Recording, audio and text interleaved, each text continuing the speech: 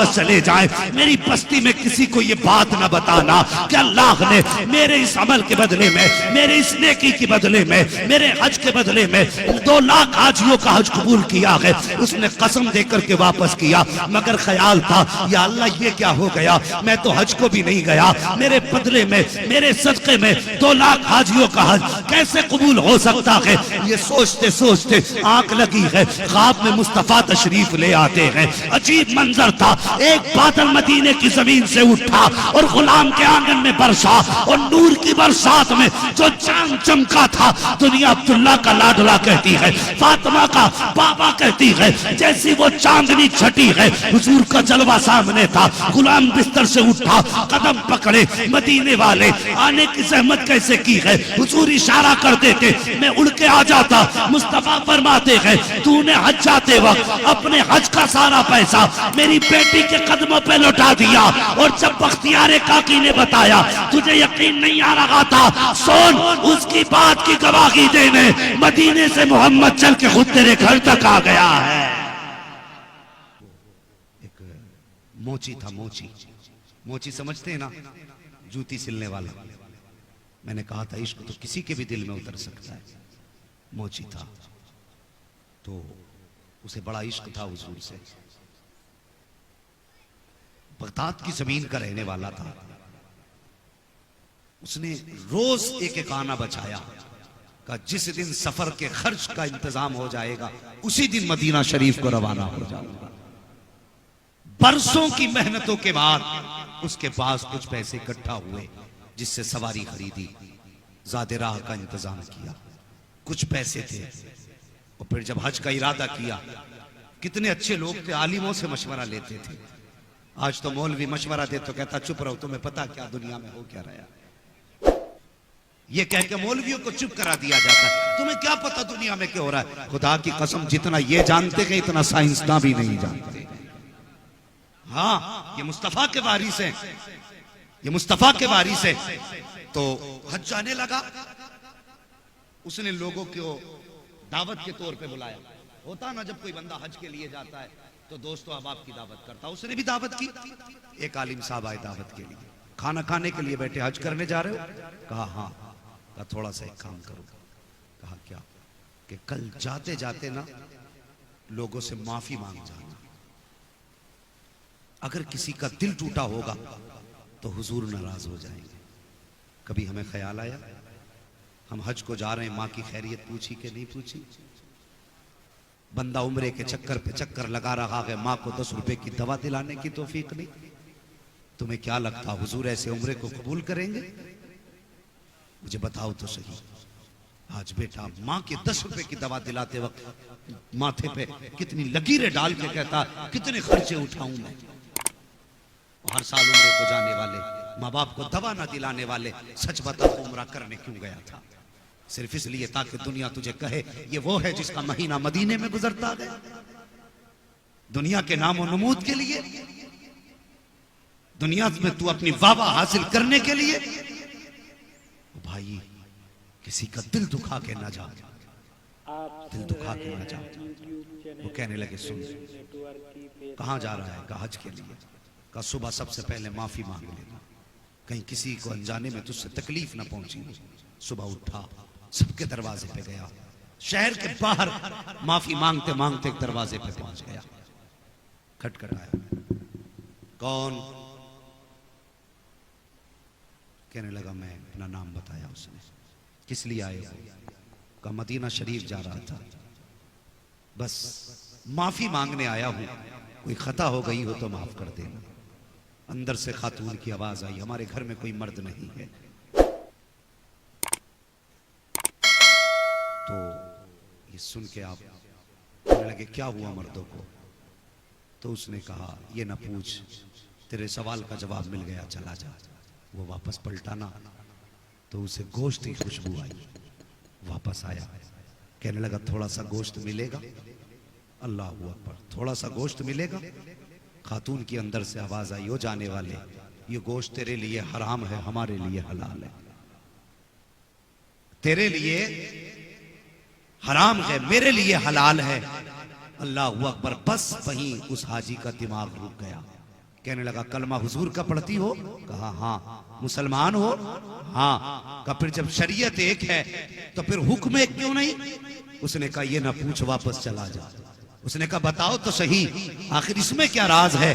खातून कहने लगी सुन, ये जो गोश्त बन रहा है ना, ये मुर्दा जानवर का गोश्त है, और शरीयत में किसी को बिला उज्र के मुर्दार को खाना हराम है, लेकिन अगर जान पे बनाई हो तो फिर मुर्दार खाने की शरीयत इजाजत देती है। इतना खाने की इजाजत है जिससे जान बच जाए। वो आने वाले मुसाफिर, मेरी घर के अंदर बेटियां जवान है, घर में कोई कमाने वाला मर्द नहीं है, कई दिन का फाका हो गया। बेटियों की जब हालत ऐसी हुई, मुझे लगा कि इंतकाल कर जाएंगी, तो मैं घर से बाहर रिस्क की तलाश में निकली। हाथ फैलाने की हिम्मत न हुई। अल्लाह अकबर का जब कुछ हिम्मत न हुई, मैंने एक जानवर मरा हुआ देखा, उसका गोश्त लेकर के आ गई ताकि फिर खिला करके बच्चियों की जान बचा सकूं। अल्लाह अकबर इतना सुना है, उस आने वाले ने इतना सुना, आंख में आंसू आ गए। अल्लाह अकबर जब वापस जाने लगा, अंदर से खातून की आवाज आई का जब मदीने पहुंचे तो हमारे नाना से जाके सलाम कह देना। जब लफ्ज़ नाना सुना है, पैर रुक गए जाने वाले के। उसने इरादा तर्क किया जाने का, अपने घर आया, आंख में आंसू भरे, जितना ज्यादा राह था सारा बेच दिया, जो सवारी थी वो भी बेच दी, सारा पैसा लेकर के सुबह की सैयदों की चौखट पे आया, और आने के बाद दस्तक दी, दरवाजा खुला, चुपके से हाथ बढ़ाया, कहता सैयदा ये तोहफा कबूल कर लो। का ये क्या है? का जो हज को जा रहा था वो पैसा लेकर के आ गया हूँ। सैयदा ने कहा था क्या हज को नहीं जाएगा? उसने रो के कहा था सैयदा अगर आपको रोता हुआ छोड़ करके मुस्तफा के मदीने गया और जाके सलाम कर दिया, और आका ने ये कह दिया कि मेरी बेटी को रोता हुआ छोड़ के आया है, मुझे तेरे सलाम की जरूरत लगी है, तो फिर मुंह कहां लेके जाऊंगा? का जिंदगी रहेगी तो हाजिरी फिर हो जाएगी। तोहफा कबूल कर ले, अगर तोहफा कबूल हो गया है तो दुनिया भी कामयाब हो जाएगी, आखिरत भी कामयाब हो जाएगी। अल्लाह अकबर। और किसी का दिल दुखा के न जा, किसी को सता के न जा, किसी को तड़पा के न जा, तौफीक दे तो अपनी माफी मांग के जा। अल्लाह अकबर ये कह के वापस आ गया। जब घर आया, बीवी कहने लगी सरताज तुमने सितम कर दिया। कहा क्यों? कहा वहां तो नसीब से लोग जाया करते हैं, और तुमने जाते जाते जानबूझ के सफर खत्म किया। पूरी कहानी बीवी को बता दी, लेकिन गांव वालों को क्या बताता, मोहल्ले वालों को क्या बताता? राज था मुस्तफा की बेटी का, किससे खोलता, किसे बताता कि मैंने हुजूर की बेटी को अपना पैसा दे दिया? हिम्मत ने जवाब दे दिया, चुप होके बैठ गया। बच्चे घर से निकलते, लोग कहते तेरा बाप बड़ा कमीना है। वहां जाने के लिए लोग तरसते, इसने जाते जाते अपना सफर खत्म कर दिया। मोहल्ले में लोग ताने देने लगे, इसने मारे गैरत के दरवाजा बंद कर लिया। हाँ, जब तक लोग हज करके वापस आते इसने दरवाजा ही नहीं खोला। उसी साल हज करने के लिए ख्वाजा कुतुबुद्दीन बख्तियार काकी रहमतुल्लाह तआला अलैह गए हुए थे। हाँ, जब आने की रात आई ना वापसी की, तो जो आपके साथी थे कहने लगे हजरत चलें शॉपिंग कर लें, कुछ सामान खरीद लें यादगार के तौर पे। आप कहने लगे जाओ, तुम्हें सामान खरीदना है खरीद लो। हाँ, बख्तियार का अपना मानना यह है ये आज आखिरी रात है, काबे के सहन में बैठ के गुजारूंगा, खुदा जाने दोबारा ये हरम देखना नसीब हो के ना हो। ये कह के हरम शरीफ में इबादत के लिए बैठ गए। रात के दोपहर 2 हिस्से गुजर गए। आप फरमाते हैं कि आसमान से 2 फरिश्ते उतरे और आपस में बातें करने लगे। का इस साल कितने हज करने लोग आए? एक कहने लगा 2 लाख लोग आए हैं। अल्लाह ने कितनों का हज कबूल किया? तो एक फरिश्ता कहने लगा इस बार अल्लाह ने सबका हज कबूल फरमा लिया है। अल्लाह अकबर। दूसरे ने कहा आखिर इस बार अल्लाह ने सबका हज कबूल कैसे कर लिया? तो वो कहने लगा कि एक ऐसा भी हाजी है जो हज करने नहीं आया, लेकिन अल्लाह ने उसकी बरकत से 2 लाख लोगों का हज कबूल फरमा लिया। ख्वाजा कुतुबुद्दीन बख्तियार काकी कहते मेरे दिल में हसरत जाग गई। ऐसा कौन है जो चल के मदीने तक ना आया, जिसने हरम का तवाफ भी न किया, और उसके आए बगैर उसकी बरकत से अल्लाह ने 2 लोगों का हज कबूल कर लिया। उठे, फरिश्तों के पास गए, उसका पता बताओ कि कहाँ रहता है? फरिश्तों ने बताया बगदाद की जाकर के शहर के करीब फला बस्ती में रहता है। अल्लाह अकबर। लोग कहने लगे चलें घर। आप फरमाने लगे घर बाद में जाऊंगा, रब के महबूब बंदे की जियारत पहले करके आऊंगा। आपने सफर किया और उस बस्ती में पहुंचे जहां का हवाला फरिश्तों ने दिया था। आपने जाके नाम बताया, इस नाम का इस नाम का कोई शख्स आपकी बस्ती में है। लोगों ने कहा क्या करोगे? कहा मुझे उससे मिलना है। कहा आप उससे मिलोगे? उससे बड़ा बदबख्त तो कोई हो ही नहीं सकता। इतना सुना आपकी आंख में आंसू आ गए। फरमाने लगे लोगों तुम नहीं जानते उसके बारे में जितना मैं जानता हूं। उसे गाली ना दो। कहा हजरत जी बात गाली की नहीं, ये वो बदबख्त है जो मंजूरी के बावजूद ना गया। उसे गाली ना दे तो क्या कहे? फरमाते तुम क्या समझते हो, मुझे उसके घर का पता बताओ। ख्वाजा कुतुबुद्दीन बख्तियार काकी उसके घर का पता पूछ के दरवाजे पे गए। दरवाजा बजाया, अंदर से आवाज आई। कौन? कहा दरवाजा खोलो, तुमसे मिलने आया हूँ। रोने की अंदर से आवाज आई। उस जाने वाले हाजी ने कहा था कि मोहतरम दरवाजा नहीं खोल सकता, अगर दरवाजा खोलूंगा बस्ती वाले ताने देते हैं, मेरे बच्चों को गांव वाले गाली देते हैं, मुझे मेरे हाल पे छोड़ दीजिए, बताइए बात क्या है? आने वाले ने कहा मुझे नहीं जानते हो, मुझे ख्वाजा कुतुबुद्दीन बख्तियार काकी कहा जाता है, तुमसे मिलने की गरज से हरम शरीफ से तुम्हारे घर आया हूँ। इतना सुनना था। उसने कहा हजरत बस आपको आने की इजाजत है, कोई और अंदर ना आए। आपने कहा वादा करता हूँ अकेला आऊंगा, कोई और नहीं आएगा। अल्लाह अकबर। जैसी आपके कहने पर दरवाजा खोला गया, आप अंदर गए, उसके कदम चूमना चाहते थे और यार चीख निकल गई। कहने लगा हजरत मैं पापी हूँ, लोग कहते हैं आह मेरा कदम क्यों चूम रहे हैं? इतना सुनना था। बख्तियार काकी कहते हैं बता तो सही कौन सी नेकी करके घर में बैठा है, कौन सी इबादत तूने की है जिसके बदले में अल्लाह ने 2 लाख हाजियों का हज कबूल फरमा लिया है? इतना सुनना था। चीख निकल जाती है। रो के कहता हजरत जी ये बात दोबारा मत कह देना, अभी तो गांव वाले गाली दे रहे हैं, फिर घर में आके मारेंगे, ये कैसी बात आपने कर दी है? आप फरमाते हैं सुन, मैंने अपने कानों से सुना है, खुदा ने तेरी बरकत से 2 लाख हाजियों का हज कबूल फरमा लिया है।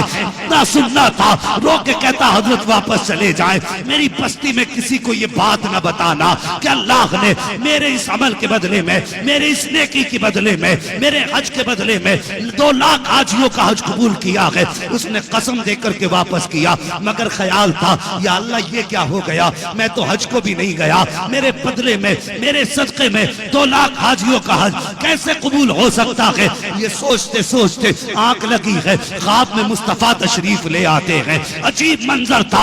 एक बादल मदीने की जमीन से उठा और गुलाम के आंगन में बरसा और नूर की बरसात में जो चांद चमका था, दुनिया अब्दुल्ला का लाडला कहती है, फातिमा का बाबा कहती है, जैसी वो चांदनी छटी है हुजूर का जलवा सामने था। गुलाम बिस्तर से उठा, कदम पकड़े, मदीने वाले आने की जहमत कैसे की है? हुजूर इशारा कर देते, मैं उड़ के आ जाता।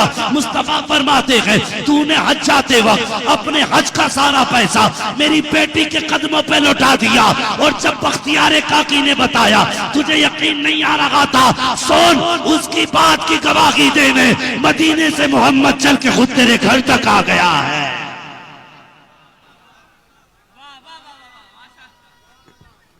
अल्लाहु अकबर, या रसूल अल्लाह, जिंदाबाद जिंदाबाद, या रसूल या रसूल, ताजु शरिया ताजु शरिया, ताजु शरिया ताजु शरिया, शरिया ताजु शरिया, ताजु शरिया ताजु शरिया, यार इश्क तेरे सदके जलने से छुटे सस्ते, जो आग बुझा देगी वो आग लगा। क्या कहने, माशाअल्लाह। क्या ये इश्क की आग लगी है हमें? और कभी हम उठ के रोए तो कभी बिजनेस के लॉस पे रोए, कभी हम रोए तो किसी नुकसान पे रोए, कभी हम रोए तो फसल की बर्बादी पे, कभी हम रोए तो अपनी खेती के नुकसान पे रोए।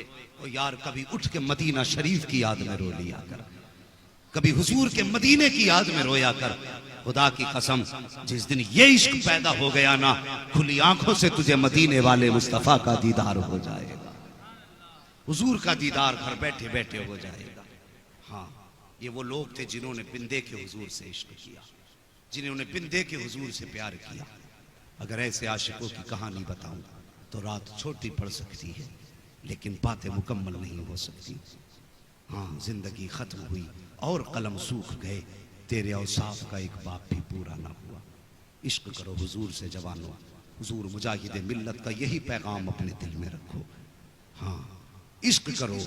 कुछ बस्तियां ऐसी होती हैं जिनमें जाओ तो इश्क की महक खुद ब खुद आने लगती है।